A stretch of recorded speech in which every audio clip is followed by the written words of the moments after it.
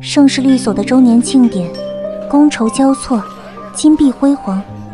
我躲在角落的休息区，手里攥着一份刚赶出来的环球集团并购案初步分析报告。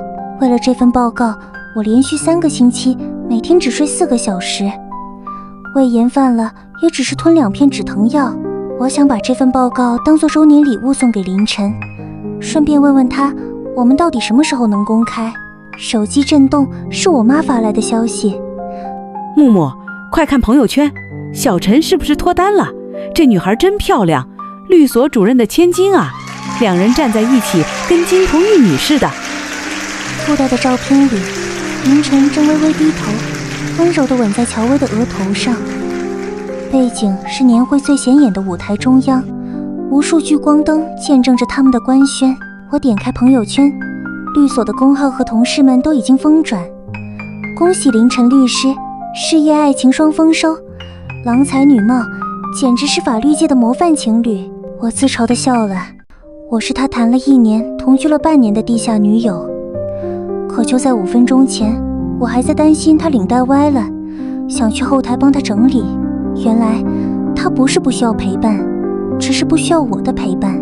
我没有在现场撒泼，那是我的专业素养，给自己的最后体面。我打车回到了他的公寓，开始收拾东西。半夜，凌晨推门而入，带着一身高级香水味，那是乔薇喜欢的味道。看到我在收拾行李，他愣了一下，随即皱起眉头，语气里透着一丝不耐烦。苏沫，你又闹什么脾气？年会没结束就走，手机还关机，你知不知道今晚有多少大客户需要对接？凌晨，朋友圈的照片你不解释一下吗？我指着手机，声音沙哑。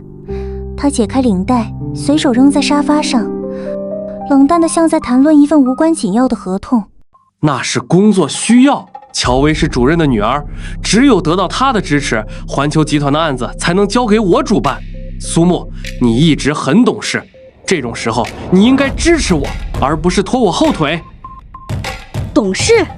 为了你的前途，我隐婚隐育，隐瞒恋情，我把大客户让给你，把功劳写你的名字，甚至连这套房子的房租都是我在交。现在你告诉我，亲吻别的女人是工作需要？苏沫，别把自己说的那么伟大，离开我，你在盛世律所连个普通职员都混不上，认清现实吧，这个圈子不看感情，看的是资源。凌晨，我们完了，这套房子我会退租，你的东西我都扔了。你会后悔的，不出3天，你就会哭着回来求我。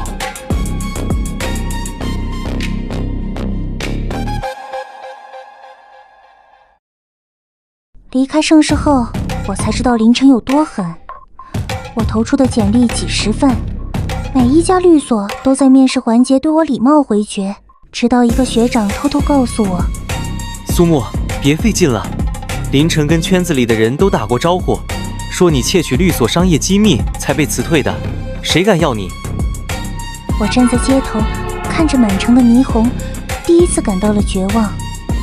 就在这时，我接到了大学导师张教授的电话。木木，海纳律所的陆明远是我老朋友，他那里缺一个刑辩助理，敢不敢去试试？海纳律所那是业内公认的硬骨头，从不看背景，只看骨气。面试那天，陆明远律师只问了我一个问题：如果你的对手利用权势压你，你怎么办？法律是用来保护弱者的盾，也是用来斩断不公的剑。他有权，我有法。明天来上班。在海纳的日子很苦，我接手的第一个案子就是李娟故意杀人案。李娟是个常年遭受家暴的农村妇女，在丈夫又一次对她施暴时，她失手杀了他，证据确凿，几乎所有人都认为她是死刑。为了寻找防卫过当的证据，我翻阅了近10年的类似案例，直到陆律师带我去见了市检的张思源检察官。张思源，法律界的清冷男神，逻辑严密到让人害怕。我们在茶室见面，他穿一件简单的白衬衫，眉眼如画，却透着一种拒人于千里之外的冷峻。苏律师，这个案子的核心不在于杀人，而在于长期性恐惧下的应激反应。张思远开口，声音如冷泉击石。他耐心地指点我如何调取李娟当年的就医记录、邻居的证词，甚至是她丈夫早年的犯罪记录。那一晚，我们聊到深夜。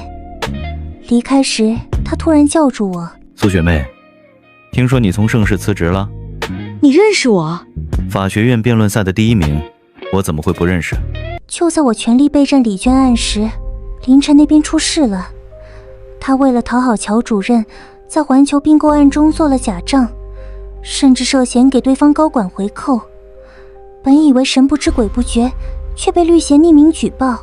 凌晨被带走调查那天，乔薇第一时间发表声明，称两人只是普通朋友，迅速撇清关系。我回到家，看到父亲正在书房练字。爸，凌晨的事……木木，我说过，没人能欺负我女儿。他以为我在老家只是个退休教员，却忘了当年他的律所主任还是我的学生。原来那些匿名举报材料是父亲利用多年的人脉一张张收集起来的。父爱如山，沉默却有力。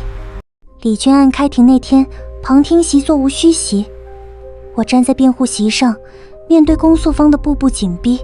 我拿出了张思远帮我梳理的证据链。被告人杀死的不仅是一个暴虐的丈夫，更是在埋葬一段长达10年的地狱生活。我们站在这里，不仅要给公正，更要给受害者尊严。最后陈述时，我看到旁听席上的李娟泪流满面。最终，法院判决防卫过当，判3缓4，李娟当庭释放。台阶之下，张思远穿着一身干净的白衬衫，身子挺拔地站在光影里。见我走来，他唇角扬起一抹利落的笑，大步上前，朝着我郑重地伸出手，掌心温热，语气里是毫不掩饰的赞赏与欣慰。苏律师，打得漂亮。我抬手与他相握，掌心相抵的瞬间，连日来并肩作战的疲惫尽数消散，只余下尘埃落定的释然。阳光落在我们身上。律所庆功宴后，我刚走出大厅，就被凌晨拦住了。他现在满脸胡茬，衣服褶皱，早已没了往日的风采。他因为涉嫌违规操作，律师证被吊销，现在成了圈内人人避之不及的瘟神。苏沫，是你害我，你攀上了张思远是不是？你这个贱人，就是这样踩着踏脚石上位的。如果没有我，你还在律所做杂活呢。他疯了一样冲过来，眼睛里面全是疯狂。我冷静地看着他。凌晨，毁掉你的不是我，是你的贪欲。你记得当初你说过什么吗？你口口声声说我离了你什么都不是，可现在一无所有的是你。你找死！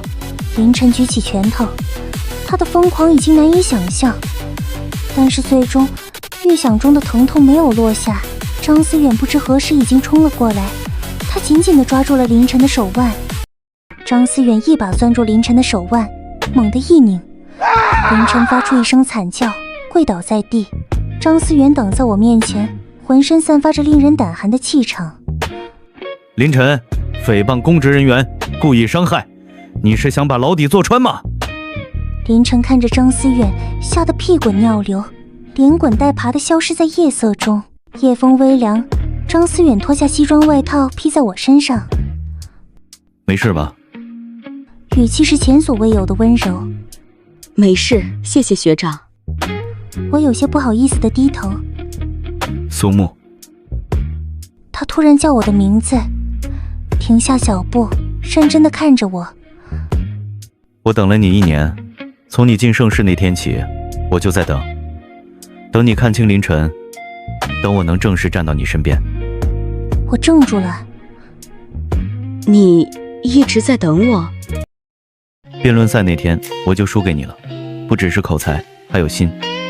他缓缓牵起我的手，掌心宽厚温热，力道沉稳，将我的手牢牢裹在其中，指尖轻轻摩挲着我的指节，目光灼灼地凝着我，眼底翻涌着藏了许久的深情与笃定，一字一句都掷地有声。我不求你此刻就点头答应我的心意，也不急着要一个答案，我只是想郑重地求你，给我一个留在你身边保护你的机会。我怔怔望着眼前的男人，灯光落在他棱角分明的眉眼间，勾勒出温柔又坚毅的轮廓。他正直坦荡，眼底盛着纯粹的深情，骨子里又透着让人安心的强大，是能稳稳拖住我所有不安的模样。这般炙热又真诚的心意，与我那段满是虚伪算计、充斥着背叛与寒凉的过去截然不同，宛若天光撞碎了长夜，干净的谎言